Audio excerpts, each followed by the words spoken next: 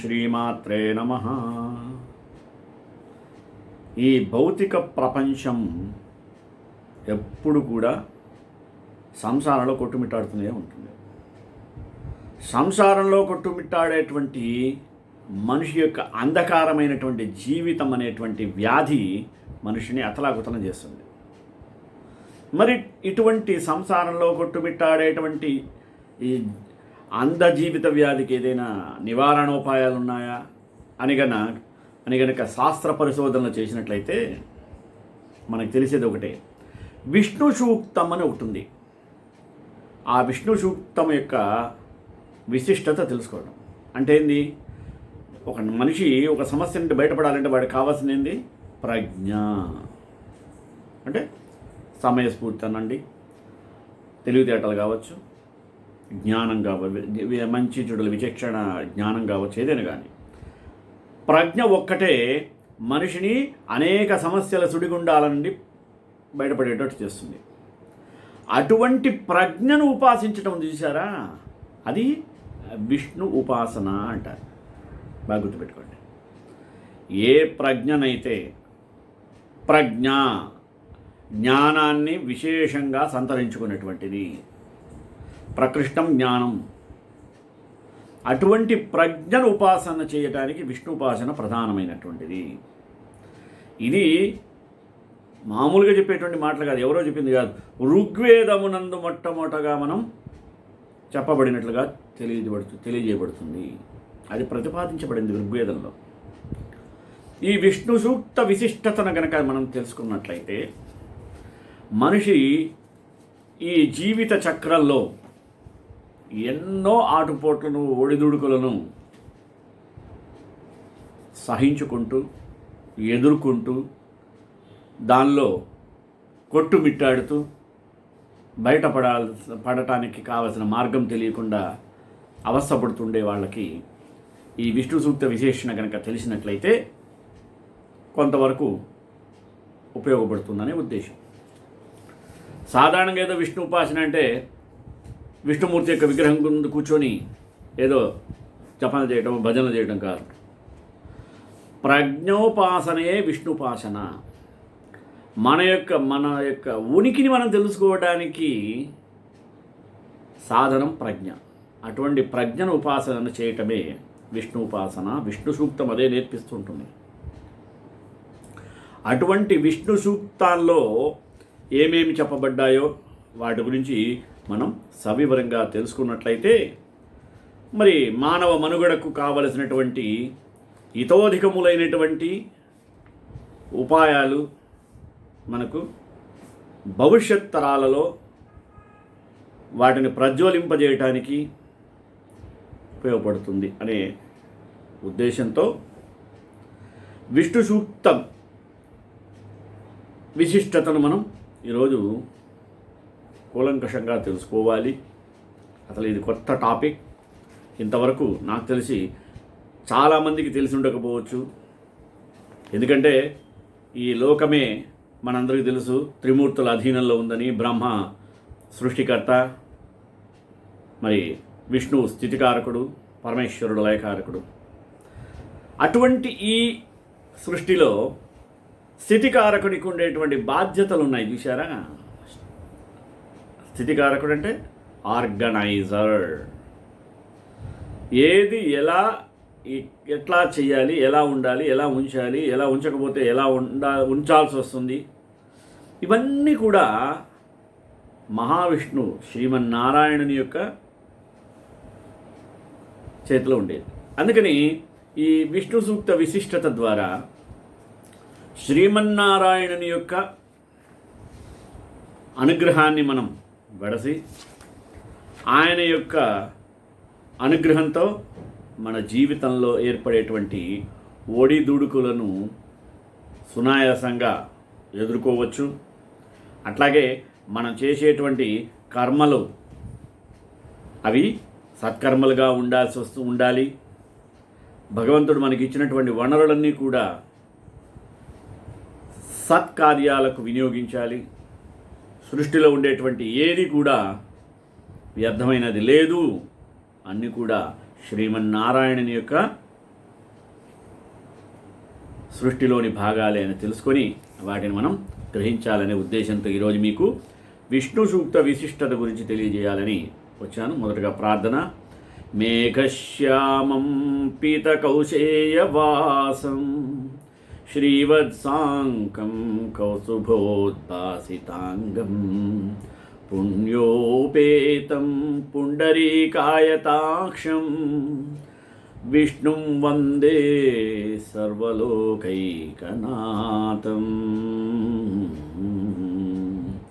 ఈ భౌతిక ప్రపంచంలో మనిషి సంసారంలో కొట్టుమిట్టాడుతూ ఉంటాడు. అటు కొట్టుమిట్టాడేటువంటి అందం జీవిత వ్యాధికి నివారణోపాయాన్ని వెతకాలి. ఆ నివారణోపాయం ఏంటంటే ప్రజ్ఞ ఒక్కటే. ఆ ప్రజ్ఞను ఉపాసించుటయే విష్ణు ఉపాసనగా మొట్టమొదట మనం ఋగ్వేదమునందు చూడొచ్చు. దానిని ప్రతిపాదించు తేజోమయములైన వాక్యములున్నాయే అవి విష్ణు సూక్తములు. వీనిని శ్రద్ధతో చదివినా, విన్నా, వివరించి అర్థము చెప్పినా, లేదు దాని గురించి అడిగి తెలుసుకున్న అంతర్యామి ప్రజ్ఞా శ్రద్ధను అనుసరించే సిద్ధించును. అటువంటి ఈ ప్రయత్నమే ఈ విష్ణు సూక్తముల యొక్క ప్రాశస్త్యతను మనకు తెలియజేస్తుంది. అటువంటి విష్ణు సూక్తములలో అనేక సత్యాలు ప్రతిపాదింపబడ్డాయి. అసలు విష్ణువు అనగా లోకములంతటా అంతర్యామిగా ఉండేటువంటి వెలుగు విష్ణు. దీనికి 3 పాదములున్నాయి. ఒకటి స్థూల దృష్టి, రెండవది సూక్ష్మ ప్రజ్ఞ అనేటువంటి వెలుగు, మూడవది ఈ రెండింటి యందు ఏది దృష్టి, స్థూల దృష్టి, ప్రజ్ఞ యందు, సూక్ష్మ ప్రజ్ఞ యందు ఉండేటువంటి అంతర్యామి మూడవది. ఇందు మొదటి 2 ఉన్నాయే, ఏది దృష్టి ప్రజ్ఞ, ఇది సామాన్య మానవులకు అంతుపట్టును. అనగా మానవుడు మానవునిగా అర్థము చేసుకున్నటకు మాత్రం అంతుపట్టదు సుమి. విష్ణువునందు తాను సమర్పణ భావము కాగా తానును విష్ణువు అయినందువలన అంతుపడుతుంది. అంతర్యామి ప్రజ్ఞ ఉందే అది విష్ణువు, మూడవది ఎవరో కాదు విష్ణువు. 2 మానవుడిదైతే జీవప్రజ్ఞ ఇంద్రుడు. ఇద్దరును వృక్షము పుష్పము వలె సృష్టి కర్మను నిర్వహించు ఇంద్ర విష్ణువులు అనబడతారు. భౌతిక మానవ దేహమున వామనునిగా విష్ణువు పుడతాడు.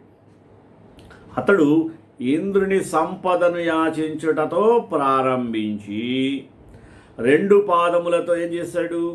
భూమిని, ఆకాశముల నడుమనున్న దానిని కొలుస్తాడు. 3వదైన పరమపదముతో త్రివిక్రముడై అంతర్యామిత్వాన్ని పొందుతాడు. విష్ణువు తనను దానము చేసి సృష్టియందు అంతర్యామి అవుతున్నాడు. అట్లా జీవుని యొక్క అహంకారము తనకున్న దానిని దానము చేసి బలి చక్రవర్తి అవుతున్నది. చూడండి బాగా కాన్సెప్ట్. దానిని విష్ణువు ఏం చేస్తున్నాడు? తన 3వ పాదముతో ఆక్రమించి, అంటే తన పాదాన శిరస్సుపై ఉంచి తన స్థితిలోనికి స్వీకరించుతున్నాడు. ఇంద్రుడు తన సామ్రాజ్యమైన జీవ ప్రజ్ఞను స్వర్గముగా పొందుచు, కొన్ని సందర్భాల్లో పోగొట్టుకునుచు ఇంద్రుడుగానే మిగిలిపోచున్నాడు. ఈ సృష్టి యందు సర్వము విష్ణుమయం అయి ఉంటే ఇతర వస్తువులు, సంబంధాలు, కష్టసుఖాలు, ధర్మాధర్మాలు లేనివి ఉన్నట్లు కనిపించినట్లు చే శక్తి ఒకటి ఉంటుంది మనకి. అదియే శాంబరి అనబడుతున్నటువంటి మాయా. దానికి అధిపతి శంబరాసురుడు అనబడు అజ్ఞానము. ఈ శరీరం ఎలాంటిది? నవద్వారములతో కోటలుగా అల్లబడినటువంటిది. అటువంటి నవద్వారములతో దేహములు కోటలుగా అల్లిన శంబరాసురుడు 9 సంఖ్యచే తెలియబడుచున్నాడు. ఇంద్రుడు నేను అనబడు 1 సంఖ్యచే తెలియబడుచున్నాడు.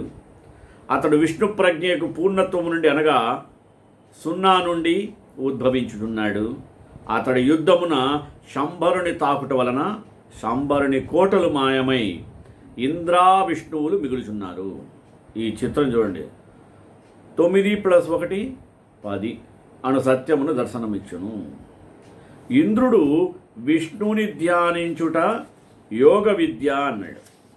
దీని వలన ఇంద్రునకు శంబరాసురవధ సాధ్యమై జీవులు పరమపదాన్ని అనుభవించడానికి అవకాశం కలిగింది.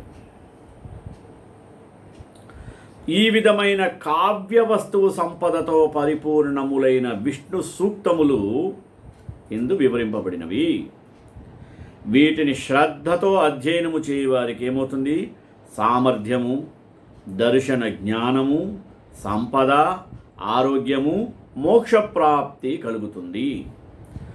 ఇంతకు పూర్వం వ్యాఖ్యానింపబడిన పురుష సూక్తము జీవుడను పురుషుని యందు దర్శనమిచ్చుచున్న పరమ పురుషుని దర్శింపజేయు పురుషోత్తమ ప్రాప్తి యోగము.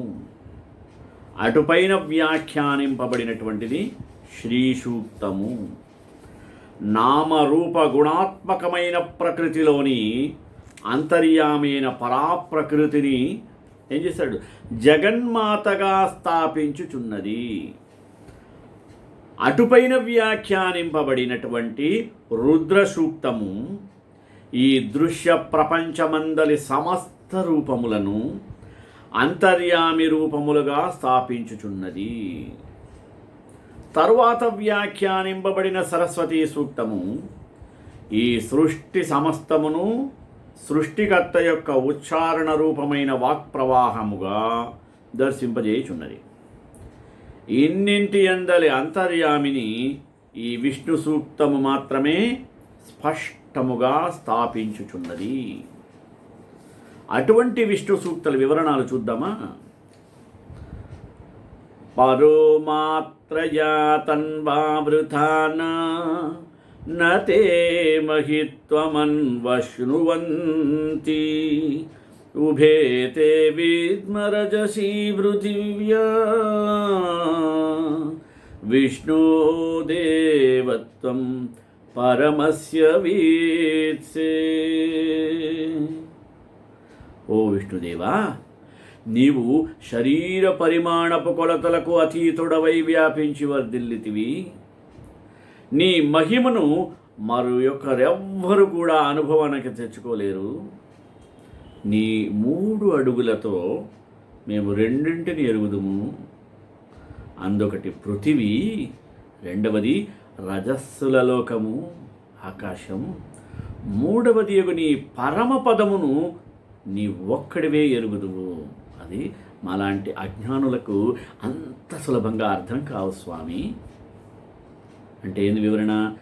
విష్ణువు అంటే సర్వవ్యాపి, స్థితికారకుడు అయినటువంటి అంతర్యామి.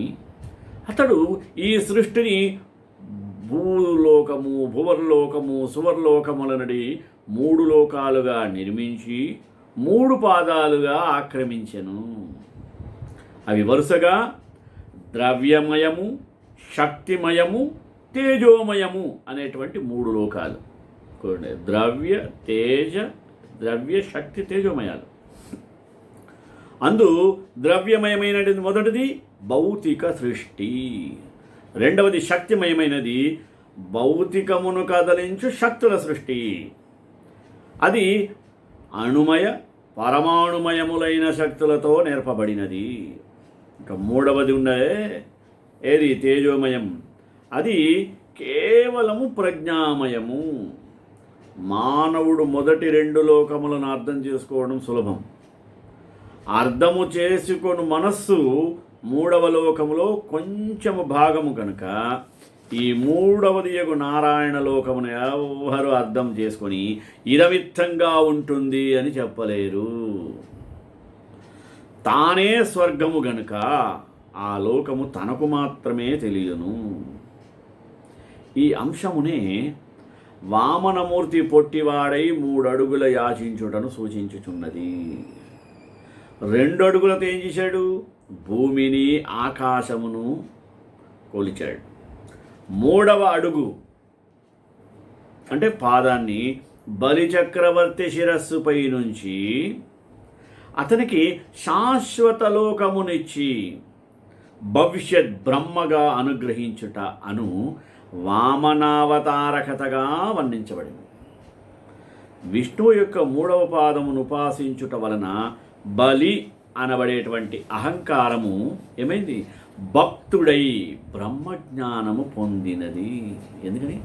బ్రహ్మ కడిగిన పాదము కదా, అటువంటి పాదాన్ని తన శిరస్సు మీద ఉంచుకోగలిగాడంటే నిజంగా ఎంత అదృష్టవంతుడో కదా బలి చక్రవర్తి.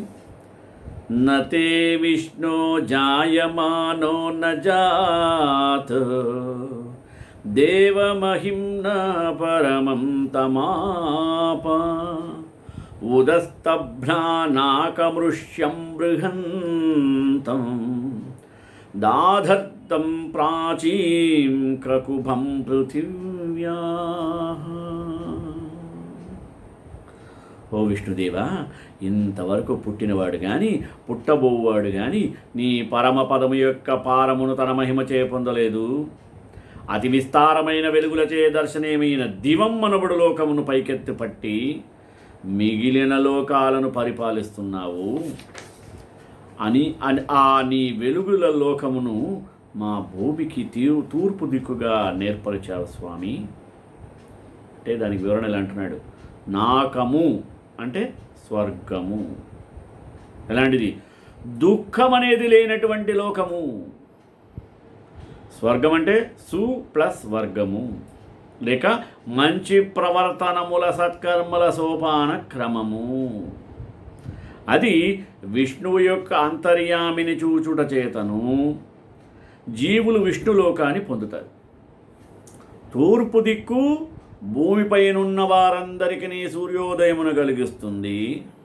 చీకటుల నుండి వెలుగులలోనికి కొని వస్తుంది. నిద్ర నుండి మెలకువ కలిగిస్తుంది. ఇంద్రియాలు మనసు యొక్క అనుభవము నుండి అంతర్యామి అనుభవమును ప్రజ్ఞకు కలిగిస్తుంది. కనుకనే పెద్దలు సూర్యోపాసనము సంధ్యావందనాన్ని చేస్తారు. సూర్యోదయము నుండి ప్రారంభమగు పగలు ఏమంటారు? దివం అంటారు. అలాంటి దివమనుబుడు లోకము జీవునికి వెలుపలి పగలు, లోపల ప్రజ్ఞలో దివమను లోకము పరస్పరాశ్రయములుగా కనపడుతుంటుంది. సూర్యుని నుండి భూమికి సూటిగా దిగి వచ్చే కిరణములు ఏం చేస్తాయి? మనల్ని తాకుతాయి. ఆ కాలమే సూర్యోదయము. దాని వలన ఇంద్రాధిపతియగు అంటే ఇంద్రియాలకు అధిపతియగు ఇంద్రుని ప్రజ్ఞ మనలో మేల్కొల్పబడుతుంది. కనుకనే ఇంద్రుడు తూర్పు దిక్కునకు అధిపతి అయ్యాడు. సృష్టి యందు అంతర్యామి ప్రజ్ఞయే విష్ణులోకము. ఇంద్ర విష్ణువులు సృష్టి యొక్క గుర్రానికి 2 కళ్ళెములంటి వారు. భూమిపై జీవులకు సూర్యుడే సృష్టికర్త, స్థితికర్త. కనుక విష్ణువు ఒక స్తంభమునెత్తి పట్టి ఉంచినట్లుగా మనకును సూర్యునకును నడుముగల మార్గం ఒకటి ఉంది. ఐరావతి ధేనుమతి భూతం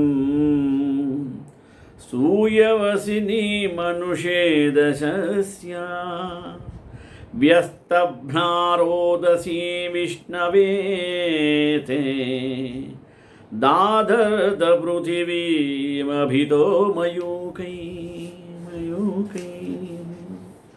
ఓ విష్ణుదేవా, నీవు ఈ రోదసీ కుహరమును నిలిపి పృథివిని దివమును వేరువేరుగా నుండునట్లు స్తంభించి పట్టితివి. ఈ పృథివికి అభిముఖముగా సూర్యకిరణాలను ప్రసరింపజేయుచున్నావు. దాని వలన భూమిపై జలములు ఏర్పడినవి, అవి మేఘములుగా ఏర్పడినవి, అవి వర్షించినవి, అన్నం ఏర్పడినది, పచ్చిక చక్కగా పెరుగుచున్నది, దానిని తినునటువంటి ధేనువులు ఏర్పడినవి, జీవులన్నీ ప్రసవించుట ఏర్పడినది.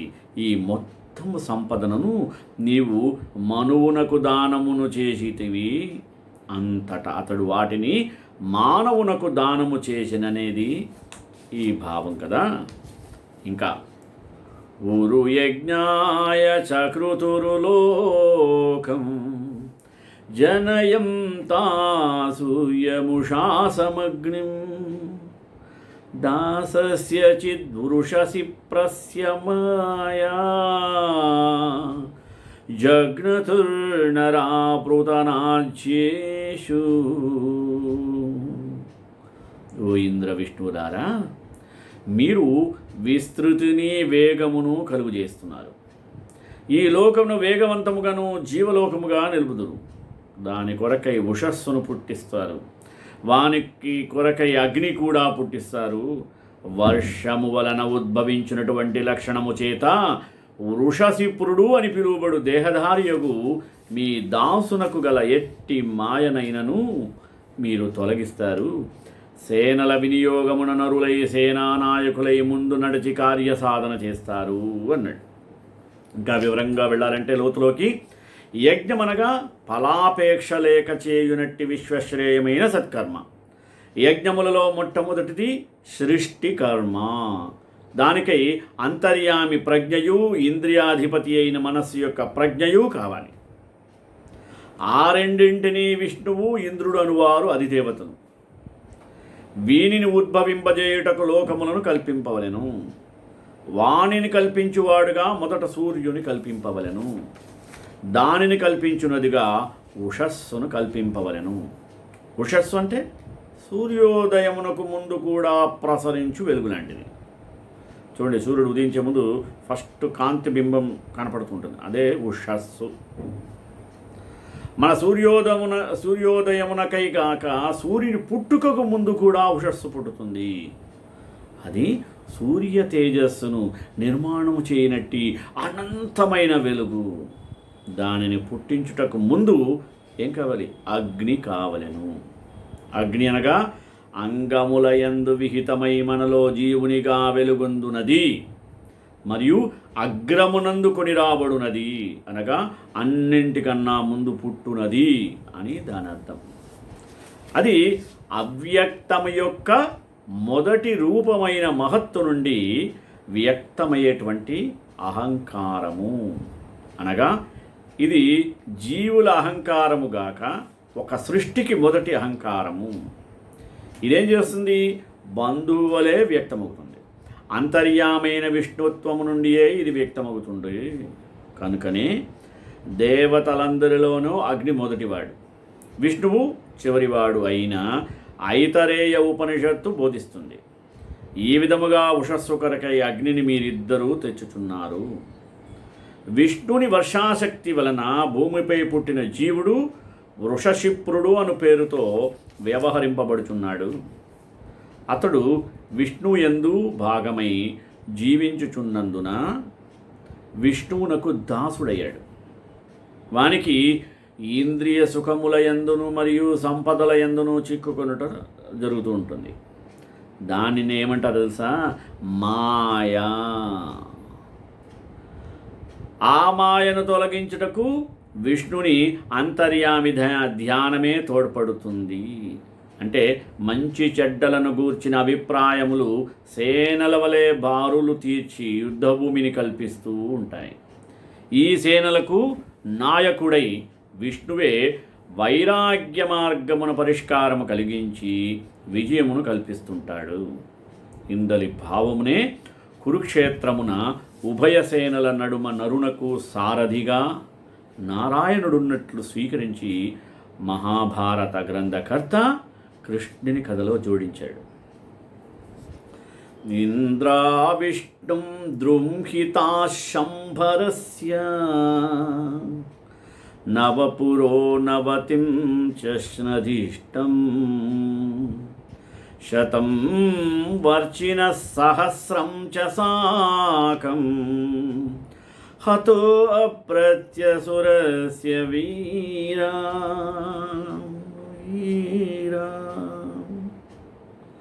ఓ ఇంద్ర విష్ణువులారా, మీకు ద్రోహము చేయతలబెట్టినటువంటి సంబరుడును రాక్షసుని యొక్క 9 పురములను, అటుపైన 90 పురములను ఓడబెరికారు. తేజోవంతులకు 100 మందితో 1000 మందితో కలిసి మీరు రాక్షసుని వీరులను వారి యొక్క రథములను గుర్రములను కూడా మాయం చేశారు అన్నాడు. ఆ శ్లోక భావం అంటే వివరంగా ఏం చెప్పాలి? పురాణములలో ఇంద్రుడు శంబరాసురుని చంపిన కథకు ఇది మూలం. అసలు శంబరుడు అంటే ఏం చెప్పాం ఇందాక? మాయ, లేనిది ఉన్నట్లు కనిపింపజేయట మాయ యొక్క లక్షణం. మరి ఈ విద్యను శాంబరి విద్య అంటారు. బాగా గుర్తుపెట్టుకోండి. ఈ గారిడీలు చేసేవాళ్ళు శాంబరులు అని పేరు.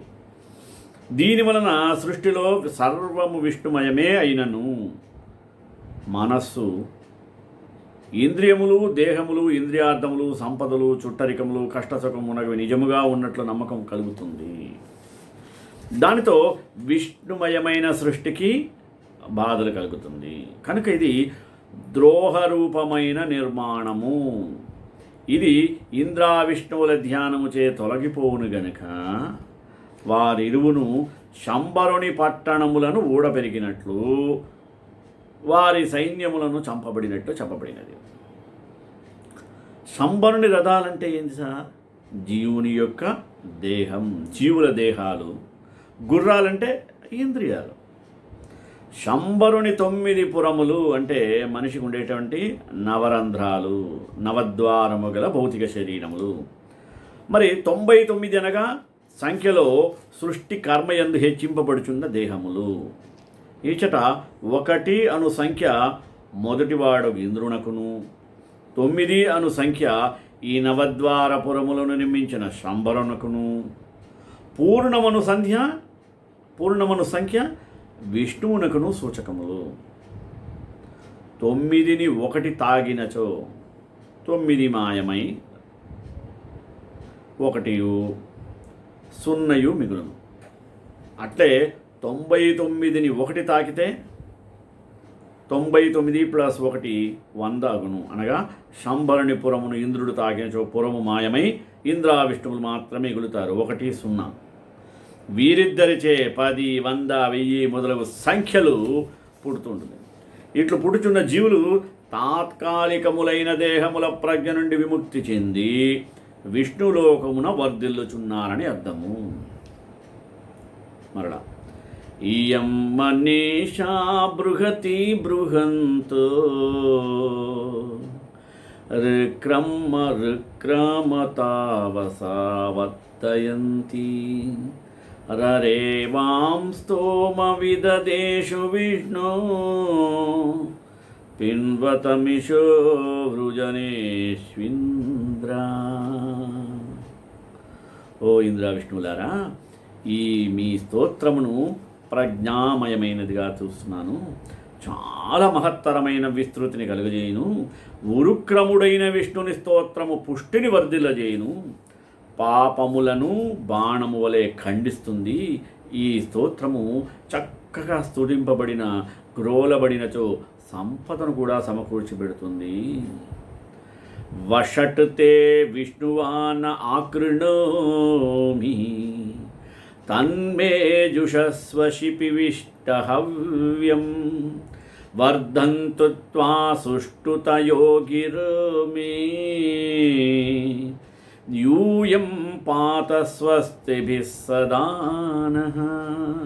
ఓ ఇంద్ర విష్ణువులారా, మేము ఓ విష్ణు అని పిలువగా ఆ పదమునందు విష్ణువు వసించుచుండునుగాక, అనగా శ్రద్ధతో ప్రత్యక్షము చేసుకొనుచు ఉచ్చరింతుముగాక.